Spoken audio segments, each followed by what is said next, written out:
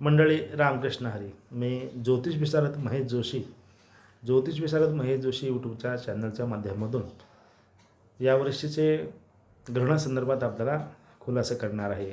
या श्रावण महिन्यामध्ये खंडग्रास चंद्रग्रहण श्रावण शुद्ध पौर्णिमा शुक्रवार 28/8/2026 रोजी हे चंद्रग्रहण आहे.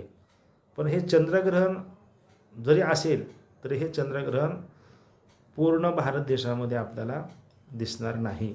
त्यामुळे या ग्रहणाचे कुठलेही वेदांती नियम आपल्याला पाळायचे नाहीत.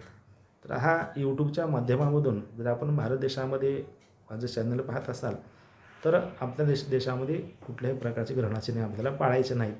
पण काही परदेशामध्ये पण काही लोक पाहतात तर त्यांच्या संदर्भामध्ये तर परदेशामध्ये हे ग्रहण दिसणार आहे.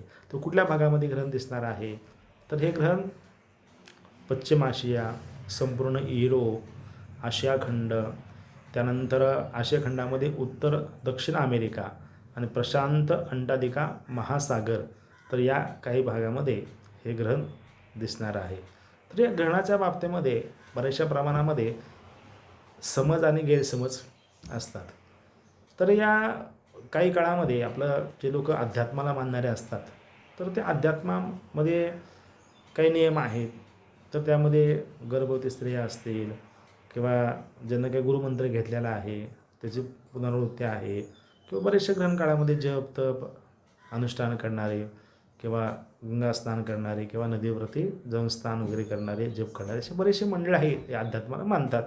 तर काही लोक शास्त्राप्रमाणे पण त्यांच्या सायन्सप्रमाणे त्याचा अभ्यास करत असतात की या ग्रहणामध्ये आपल्याला काय शोध घेता येईल, यापासून आपल्याला काय फायदे होऊ शकतात, हे ग्रहण कसं आहे.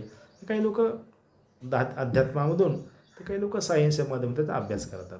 तर मग बऱ्याचशा प्रमाणामध्ये ते त्या दिवशी चंद्रग्रहण आहे आणि रक्षाबंधन पण आहे. तर काय होतं पहा की समाजामध्ये गैरसमज फार लवकर तयार होतात आणि समज व्हायला खूप वेळ लागतो. एखादं ग्रहण आहे म्हणलं एखादं आपण कुठं काय ऐकलं की मग तीच चर्चा होते काही रक्षाबंधन आहे, मग राखी कधी बांधायची, मग शुभ राहील का बांधलेली, का अशुभ राहील का, काय वेळ असेल, ग्रहण बांधलेलं चालेल का. मग हे असे काही ठिकाणी अर्धवट माहिती आपल्याला मिळाली की मग गैरसमज वाढतात. तसं आषाढ महिन्यामध्ये अमावास्येला पण ग्रहण होतं आणि त्या ग्रहणामध्ये पण एक मी व्हिडिओ तयार केला होता. त्याचा एवढा फायदा झाला की त्या व्हिडिओ बऱ्याचशा लोकांनी पाहिला. त्यामुळं लोकांचे जे ग्रहणासंदर्भातले गैरसमज होते तर ते दूर झाले आणि एक समाजामध्ये चांगली प्रथा पडते की आपण थोडंसं लवकर आधी जर माहिती व्यवस्थित सांगितली आणि लोकांच्या लक्षामध्ये बसलं तर मग ते अध्यात्मामध्ये एक धार्मिक कार्य करत असताना आपल्याला अडचण येत नाही. म्हणून हा रक्षाबंधनाच्या दिवशी जे ग्रहण आहे या ग्रहणासंदर्भातला मी आपल्याला थोडासा खुलासा केला. तर ते ग्रहण भारत देशामध्ये कुठंही दिसणार नाही. त्यामुळे कुठलेही वेदादी नियम पाळायचे नाहीत. ग्रहण प्रारंभ असेल, मध्य असेल, मोक्ष असेल, वेदाचं वेळ असेल, हे काही आपल्याला पाळायचं नाही. आणि त्या दिवशी रक्षाबंधनचा जो आपला सण आहे, हा उत्सव आहे बहीण भावाचा, एक प्रेमाचं प्रतीक आहे. आपण रक्षाबंधनाच्या दिवशी बहीण भावाकडे जाते आणि मग आपण राखी बांधत असते. तर हा जो उत्सव आहे या उत्सवाला कुठलंही गालबोट लागू नये आणि रक्षाबंधनचा सण आपण आनंदामध्ये साजरा करावा म्हणून हा व्हिडिओ तयार केलेला आहे. आपल्याला जर अजून काय माहिती पाहिजे असेल तर मला कमेंट बॉक्समध्ये प्रश्न विचारू शकता. मी तुम्हाला माहिती द्यायचा नक्की प्रयत्न करेन. श्री स्वामी समर्थ. जय जय स्वामी समर्थ.